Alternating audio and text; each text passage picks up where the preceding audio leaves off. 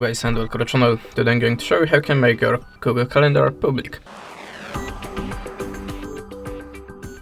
So in the first step, open the web browser and open the calendar.google.com in the incognito mode.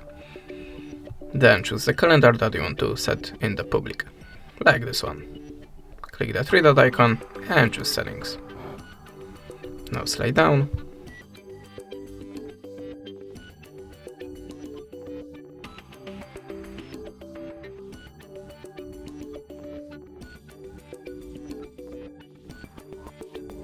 Then slide down and select the Make Available to Public.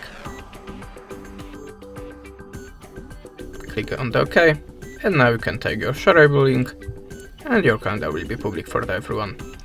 That's it. Thanks for watching, leave us a subscribe or a comment, and goodbye.